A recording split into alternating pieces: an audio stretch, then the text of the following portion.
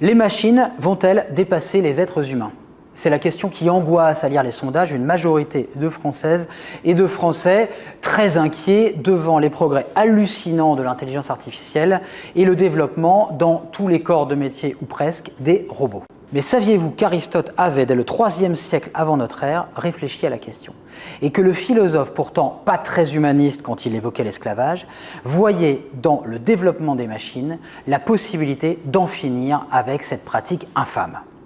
Si les navettes des métiers à tisser tissaient toutes seules, écrit Aristote, si l'archer jouait tout seul de la cithare, alors les entrepreneurs se passeraient d'ouvriers et les maîtres d'esclaves. L'Antiquité, en effet, connaît déjà les robots.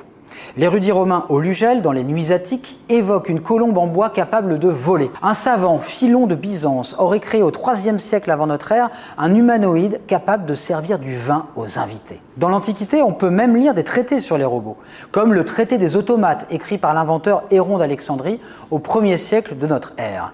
Automate, c'est en effet le nom antique des robots. Automatoi en grec, ça veut dire qui vont de leurs propres mouvements, qui agissent par eux-mêmes. On trouve le terme chez Homère, qui nous raconte dans l'Iliade que le dieu forgeron Héphaïstos s'entourait d'assistantes en or, semblables à de jeunes vivantes, dit Homère, qui l'aident dans la chaleur de son atelier. Elles étaient dotées d'une voix et de la capacité de penser. L'intelligence artificielle, au fond, était née. Héphaïstos était boiteux, mais il n'était certainement pas manchot. C'est une sorte de super ingénieur, designer, programmateur, et Homère, toujours, nous raconte qu'il avait conçu, pour le banquet des dieux, des trépieds à roulettes qui se déplaçaient tout seuls, comme doués, eux aussi, d'une IA. Dédiés aux dieux de l'Olympe, ces trépieds leur rendaient la vie beaucoup plus facile.